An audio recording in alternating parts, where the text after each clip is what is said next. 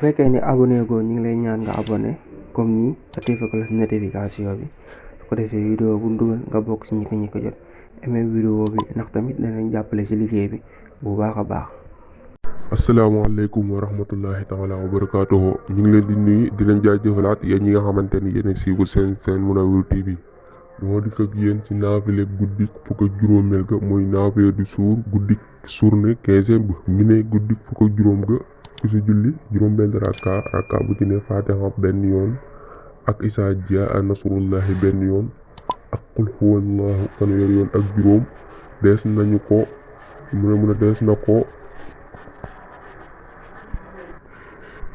dees na nangu ak julleem aku kooram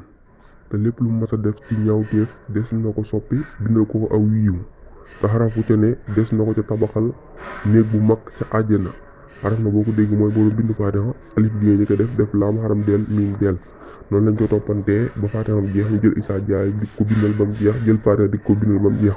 noonu lañ koy toppantee di ko benn bu ci ne ñu tabax ko ca néeg xaraf bu ci ne dañ ko ci tabaxal néeg bu mag ca àjjana. te tamit dana mel ne ku leel xeetu Seydina Muhammad yu yëpp sallallahu taala alayhi wa sallam leen la boo ko dégg mooy jox leen ñam mooy jox leen ñu lekk ak ñu naan solal leen ak yëpp loolu yëpp moo xeet leen kon ñu yemal foofu vidéo bi ba suba jàmm insha allah rabbi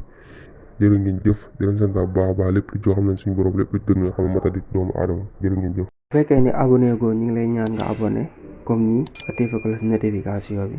su ko defee vidéo bu dugal nga bokk ci ñi ko jot aimé vidéo bi ndax tamit danañ jàppale ci liggéey bi bu baax a baax.